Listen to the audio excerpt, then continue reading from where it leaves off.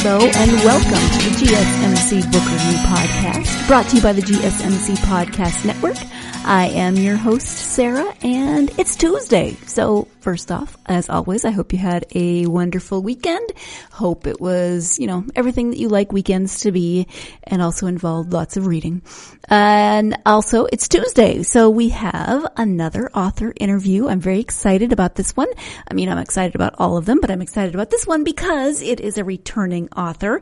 It is author Tosca Lee, who is returning to talk about the second book in her duology and she was here for the first time back in March of this year. That is episode 143, if you haven't heard the first interview and would like to listen to that one as well.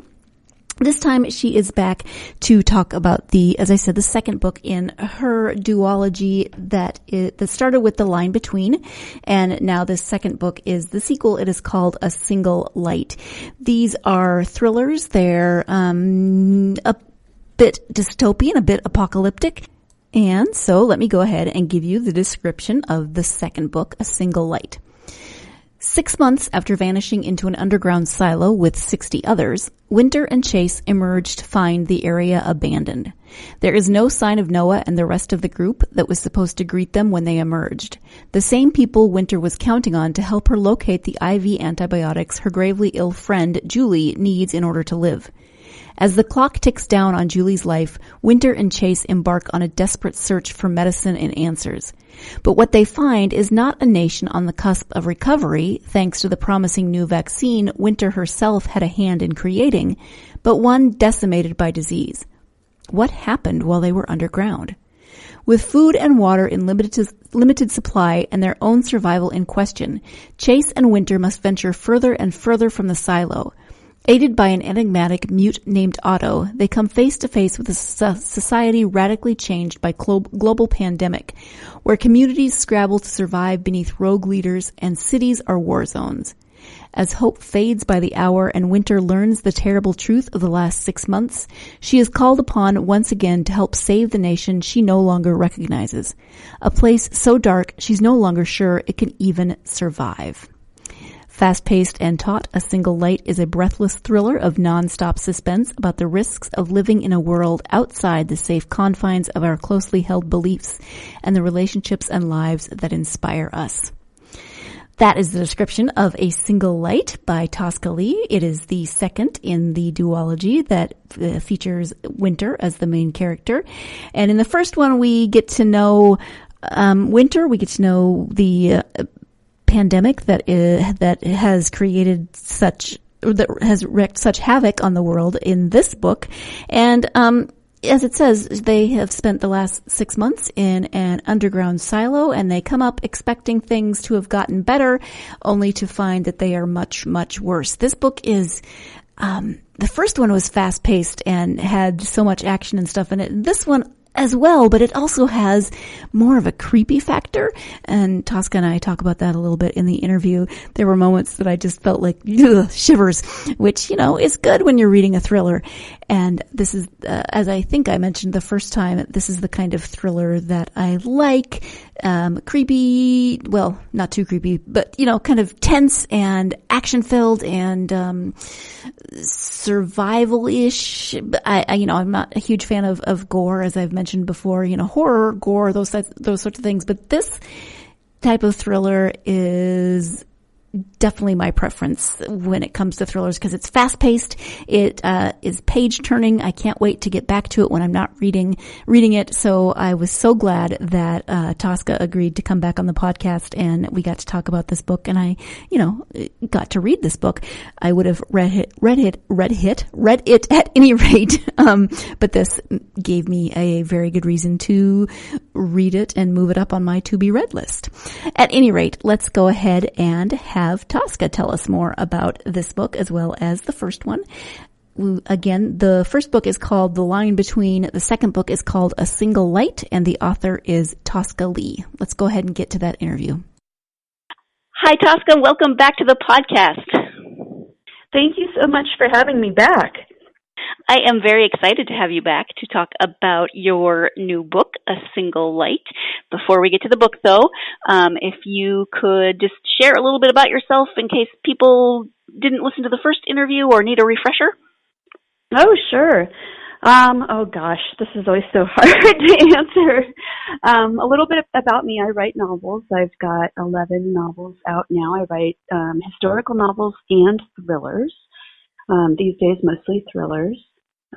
I am married to a farmer. I live in Nebraska. I've got 4 kids, and I love to travel and cook, and we have several books in production for television, so that's exciting.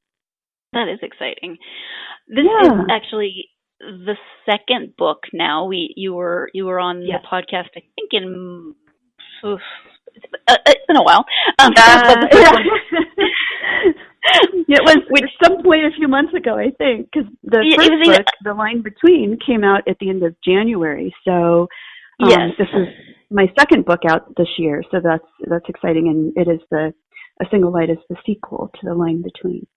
Yes. So why don't you start with just kind of giving a bit of an overview of The Line Between? Sure.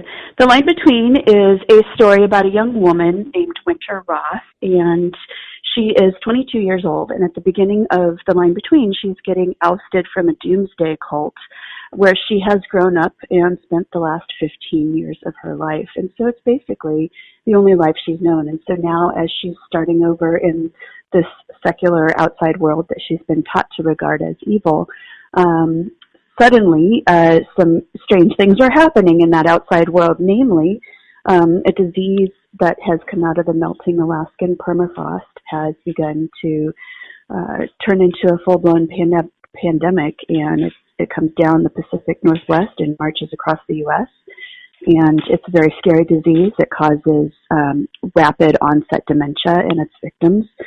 And as it turns into this full-blown pandemic and there's an opportunistic cyber attack on the electrical grid and the grid goes down, it starts to look a lot like the apocalypse that Winter has always been taught to fear. And so that book is a crazy apocalyptic run-for-your-life adventure that takes Winter from Iowa into Nebraska and into Colorado. And at the end of the first book, we think she's in a safe place, or she thinks she is. But of course, at the beginning of book 2, A Single Light, we learn that she's not as safe as she thought, and the adventure begins again. Right. So I was very excited that, because you could have left it at the end of book 1, but I was very happy that you didn't. So let's talk now a little bit about A Single Light without giving too much away. Without giving too much away. Right. Hard to do sometimes, yeah. So A Single Light. So Winter and Chase have taken shelter at the end of book 1, and they are now trying to wait out the disease. And so they are in an underground bunker with 60 other odd people, including Winter's new makeshift small family. And so they're down there for 6 months, and they are expecting that when they emerge, that hopefully things will have started to turn around. There will be a vaccine for the disease.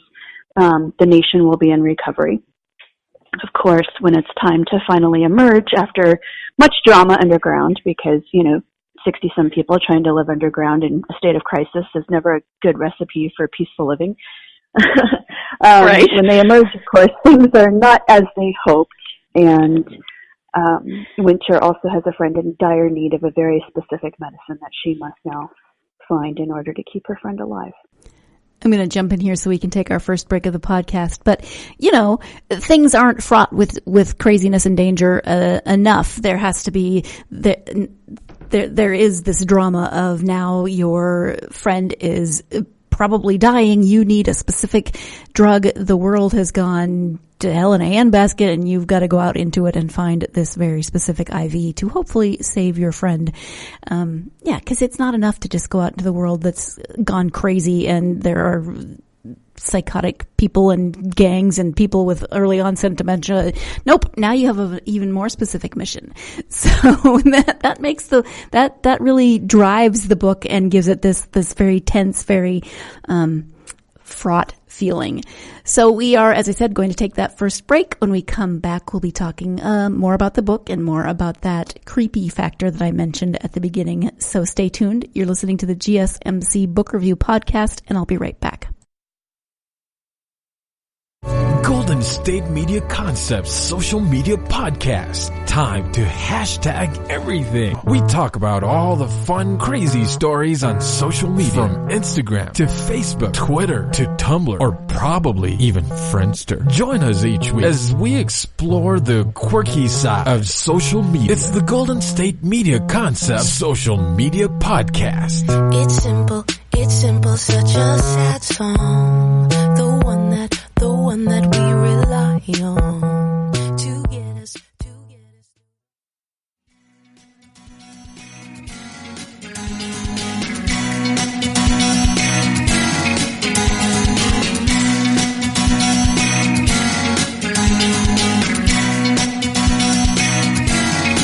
Welcome back to the GSMC Book Review Podcast. I am speaking today with author Tosca Lee about her newest novel. It's called A Single Light.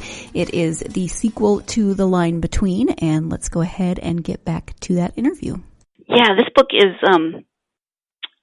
also an adventure, but there are parts of it that are creepier than the first book, I would say. It was for sure creepier than the first book, and I'm not quite sure why or how that happened. There were a few times I was like, wow. But it's a creepy kind of, setup to begin with, so maybe that's why. I mean, it's a kind of tough situation anyway, so and the world has really kind of gone downhill. And, the world as we know it it's not there anymore. So I think that might be kind of why it's creepier than the first one. So, right. Well, yeah. And I think you do such a good job of describing things. Once they emerge, they've been isolated for 6 months, and so then they emerge into this world that they know nothing about. And, I think that ups the creep factor because they just don't quite know what to expect. World. Yeah, it's a very changed world, and things are not as safe and not as civilized as they were hoping and as they're used to. So, it is creepier. Did you have bad for me to admit that I kind of had fun with the creepy part. No, that's awesome. It's like those were really fun. I have to admit, they're kind of scary to read. I mean. But, they were really fun to write. That's good. I mean, if you creep yourself out, then you're doing something right. Yeah. Did you have a specific inspiration for this part of the story? I didn't. And I do this thing, people ask me all the time. This is my second duology, and I've also done a trilogy before. And, people ask me all the time, like, do you map out both books, or is it one big story and then you chop it in half? And the answer to that is no, because every book has to have its own arc. So that's an easy no. If I were really smart, I would probably map out both books from the get-go and then start writing. But I never do that because I never know exactly what's going to happen through the first one. I do outline, but not in a very, very detailed manner. And so when I started the second book, I wasn't exactly sure where Winter's adventures would take her or me. So I knew that they were starting in this underground bunker. I wasn't sure how exactly that was going to go. I knew that there would be things that were not going completely as planned because, of course, without that, you don't have a story, right? So I knew there would be issues and conflict and difficulty and but beyond that, the inspiration was just how do they get through a dose of this is worse than we thought and still keep hope? Because I think that's one thing that sets these books,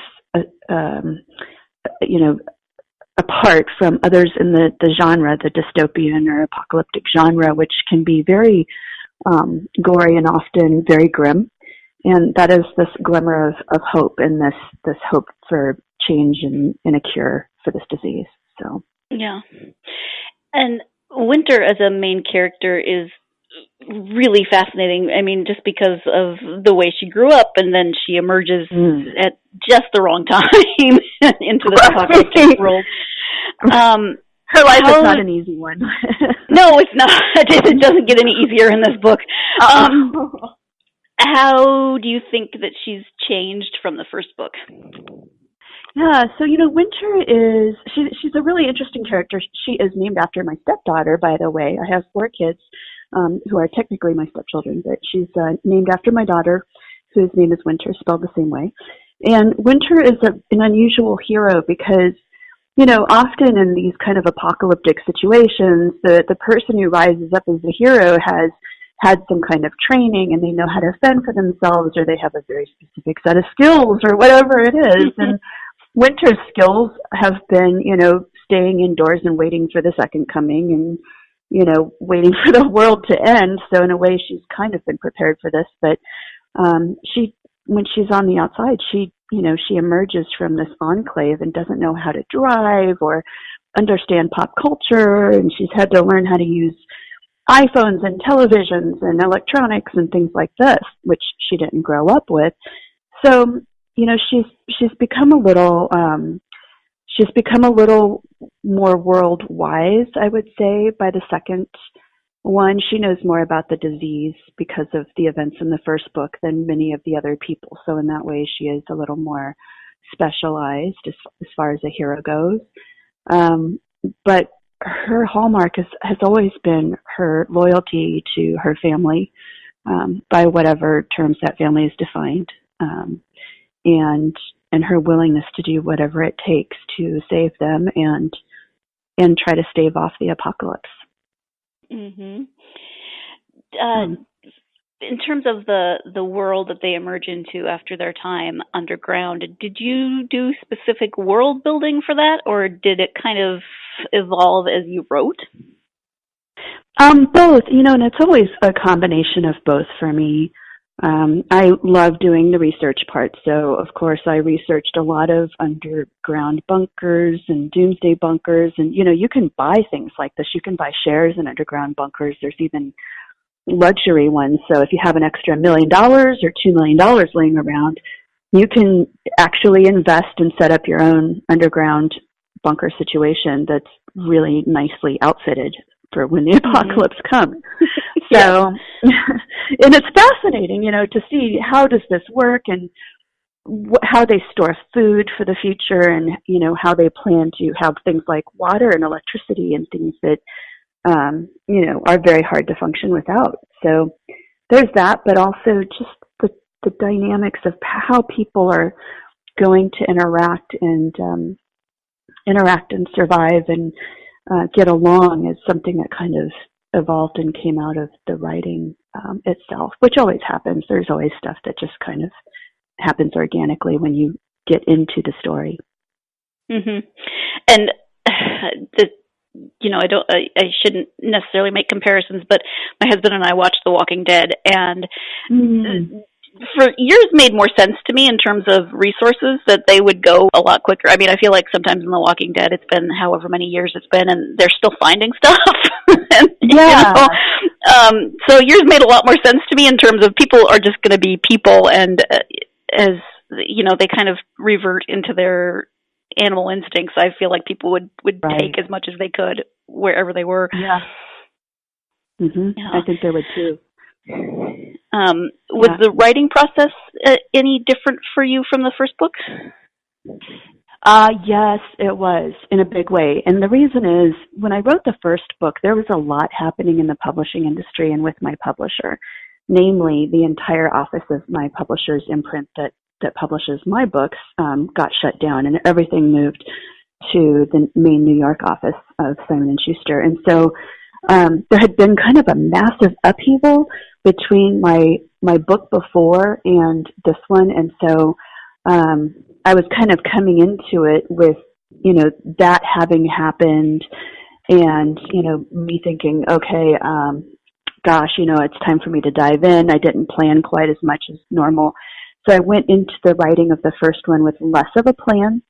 And the result was I had to rewrite it a few times more than normal. And so it ended up taking longer. It was kind of hard on my confidence as a writer, actually, which can happen, when you have to feel pretty confident when you're writing a story. And if that confidence starts to go, it shows in the story. So it involved a lot more rewrites, and it was a really rough go.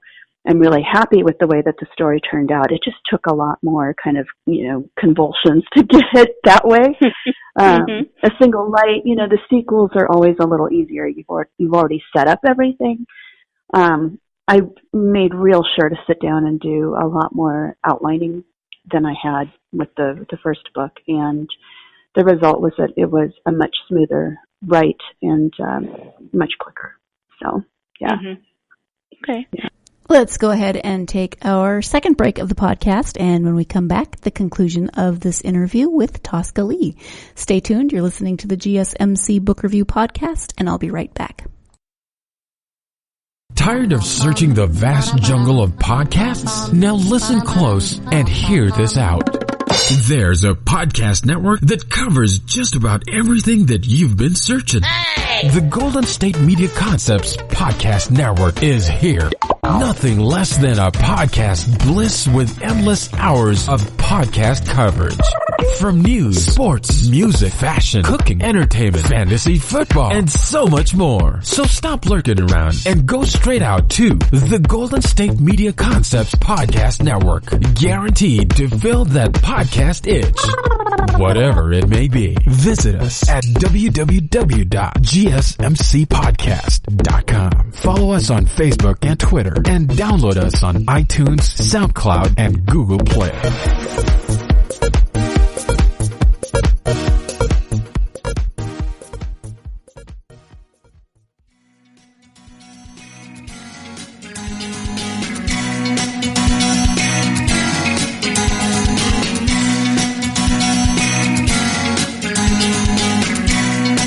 Welcome back to the GSMC Book Review Podcast and the conclusion of my interview with Tosca Lee about her new novel, A Single Light. I think the cover art is really beautiful for both books. Did you have much input into that? No. No. They show it to me, and if I have some grave, disagreement with it and really don't like it or something, they'll take it into consideration, but, ultimately it's up to the art team at the publisher. So, and okay. I'm really happy. Normally, they show you a comp, it's called the first iteration of the cover, and there's always this cringing and, or what were they on? Or, there's always some of that. Do they know what the book's about? Yes, but there's usually some back and forth with, no, it needs to be more like this. And the line between, this is the first time I think ever in my career that I've been sent a cover, and it was okay, yeah, that's good. And the first draft was what it was. So, yeah. Yeah, the line between that cover is very striking with the contrast and the colors and everything. I like it a lot. Yeah, I did too. Yeah. Yep. You said that this was a duology, so no returning to this world? No, not for now. If there was a great demand for it, I would definitely consider it, just because I really enjoyed the world and I enjoyed writing Winter's story. It is, like I said, in development. So if it were to continue to move forward and get made and there was interest in another book, I could probably be arm twisted into doing it. Okay. But for now, I'm really happy with where the second book ended, and that's where I intended it to end. So, it would take a little bit of arm twisting for me to kind of update everything and start over again. Right. It's neatly and nicely tied up right now. So. Yeah. I can see where there might be room, but yeah, you did tie things up nicely. So, thank you. Are there any of your other books that you would like to highlight during this time? Well, The Progeny, which is on my mind just because it's the duology that happened right before this one. It's The Progeny, and then the sequel is called Firstborn, and they're in development for TV with our same team that's doing The Line Between. So I've been getting updates on kind of developments with that as well. And, I miss that series. It's weird how you can write something and then be like, oh, I miss those characters, or I miss that setting. And, as we get updates on kind of the status of the TV development, it makes me miss that story. And The Progeny is the story of another young woman. Her name is Emily Porter, and she has elected to erase the last 2 years of her memory. And at the beginning of the book, she's starting over in the North Woods of Maine. She doesn't know why she's done the procedure, but very, very quickly into the book, she learns that she's being hunted, and she goes on the run for her life. And so the book is one of discovery of who she is, who she was, what she's hiding, and what she's running from. And it's a globetrotting story that takes readers from the U.S. into the heart of Eastern Europe and its underground life in tunnels and secrets and secret societies. And it's got all that kind of fun stuff that I always love in a story, with secret societies and underground groups. So right. Oh, fascinating. Yeah, thank you. They describe that feeling of like a book hangover when you finish a book and you just yes. It's not really a hangover, but it's like, God, well, no, it's done. I need to go. You just feel bereft. Yes. I can only imagine how much more intense it would be as the writer than just as the reader. Yeah, it can be. I mean, there's that relief at first, but then there's that sense of, gosh, it's like you created this whole playground, and then you got to play on it, and now you are done. Mm-hmm. So a part of me is like, oh, I would love to go back there. Right, and you get to know the people. I know they're fictional, but still, you get to know them. And and they're fun, and they're people that okay, you're the puppeteer and you're running all the puppets, but it's still fun. That's right. You're basically talking to yourself, but it's still fun. But it's acceptable when you've got your stuffed animals or your dolls or whatever, and they're talking to each other, and you don't think twice about that at the time. So it's a lot like that. Right. Like never growing up. Yes. Are you working on anything new right now? Well, I took some time in between the Progeny books and the Line Between books. There was kind of a lull in the schedule. So I co-wrote a World War II book that was not on the schedule. And so we're looking for a home for that one right now. So that one is done, except I need to do some tweaking to it. And then I've got a really exciting medieval thriller. So that combines kind of the two genres that I've done the most, historical writing and thrillers. And so that's a new project that I'm starting on, and also looking for a home for too. So those are really fun. And there's a couple other ideas I'm really excited about, but those are the two kind of most immediate ones right now. Mm-hmm. And what have you been reading? Well, I'm reading The Murder List by Hank Philippi Ryan. And I met her in South Dakota, and she's delightful. And so really enjoying that because it takes place in Boston, where Hank is a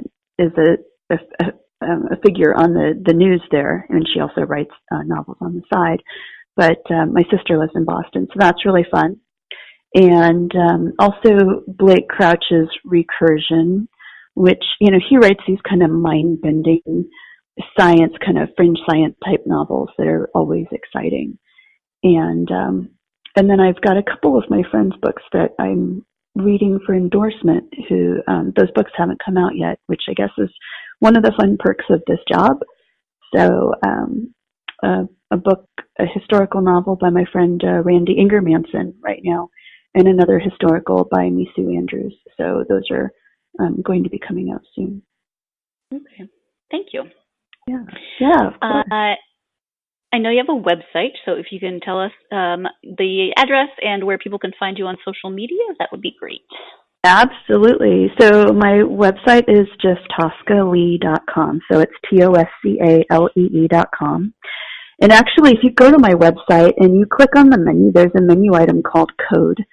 And what that is I hit a code in the story of The Line Between. So as you're reading that book, if you think you've come across the code, you can go to my website, go to the menu, click code, put the code in there if you think you've got it correct, and then be prepared to say what it stands for or what it represents. And if you get it right, you can start reading the second book right away.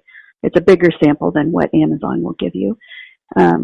So that's my website, and I'm on social media as Tosca Lee, except on Facebook, my author page is Author Tosca Lee.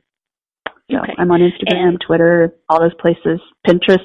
If you go to Pinterest and look me up, there's a board called The Real Progeny, and it's all the real life locations in the Progeny books. So if you want to read those books, then you can follow along and see the actual sites and the different buildings and churches and places and stuff. It's really fun. Oh, cool. Yeah. Yeah. Have you been to all the places that the Progeny is set in? Yes. Yeah, my husband was busy harvesting, so I took my mom and we went to Croatia and Italy and Austria and Bratislava and Hungary. And Hungary, of course, because the mythology of those books is based on the real historical figure, Elizabeth Bathory, also known as the Blood Countess, and she lived in Hungary. Yes. Yeah, it's also kind of creepy. But yeah, so most of those photos that you'll see on that board were ones that I took during my research trip. Very cool. And when does A Single Light come out? I read it, so I'm like, oh yeah, it's already out in the world, but now I have an advance copy. It is out now. It is in the wild, so you can read The Line Between, and you can go straight into A Single Light. It's available everywhere books are sold, and also in audiobook too. So, wonderful. Yeah, same narrator for both books?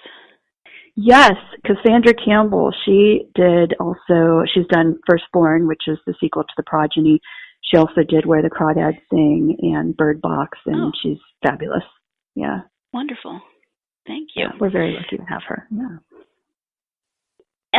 Is there anything that we haven't touched on during this time that you would like to bring up now about the books or writing or whatever?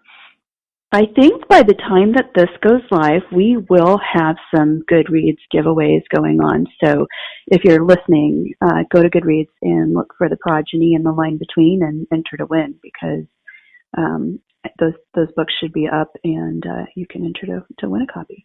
So okay.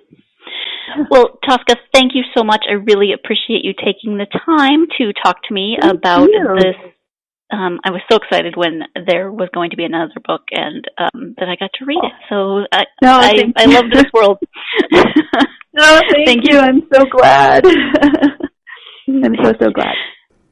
Thank you once again to Tosca for joining me. Again, if you would like to listen to the first interview, it was from March, I think 5th of this year, but it was episode 143. And in that interview, we talk about the first book in this duology, and that is called The Line Between. This book, A Single Light, is out now, so you can read both of them. You don't have to wait in between, which, sometimes can be hard when you want to know what happens. I'm just glad I had less than a year to wait between these two books, because I very, very much enjoyed both of them. And, I've said so many times that this podcast has helped me to learn to enjoy thrillers and to actually maybe seek out thrillers more than I would beforehand. And this duology is definitely an example of books that I may not have picked up originally, but that I ended up loving. And so a reminder that I do occasionally like thrillers, and I need to remember to not just get stuck in my own little reading ruts. So Tosca, thank you for helping me to get out of my reading rut, as well as thank you for being on the podcast again. And thank you, as always, to you, my listeners. I so very much appreciate you and the time that you spend with me each week. If you are a fan of this podcast and you are willing, I would really appreciate it if you would subscribe and maybe give us a nice 5-star review. That would be very, very helpful. And, follow us on social media, like us, share us, tweet it, retweet us, whatever social media platform you use that, whatever terminology works for that. I would greatly appreciate it. But as always, I just appreciate you for being with me on this journey and joining me to talk about books, even though you don't really get to talk back. I wish you could. An interactive podcast. I'll have to work on that. But thank you so much for joining me. Join me again on Friday for the next episode. In the meantime, hope you have a wonderful week, and I hope you find plenty of time to get lost in a good book. Thanks. You've been listening to the Golden State Media Concepts Book Review Podcast, part of the Golden State Media Concepts Podcast Network. You can find this show and others like it at www.gsmcpodcast.com. Download our podcast on iTunes, Stitcher, SoundCloud, and Google Play. Just type in GSMC to find all the shows from the Golden State Media Concepts Podcast Network, from movies to music, from sports to entertainment, and even weird news. You can also follow us on Twitter and on Facebook. Thank you, and we hope you have enjoyed today's program.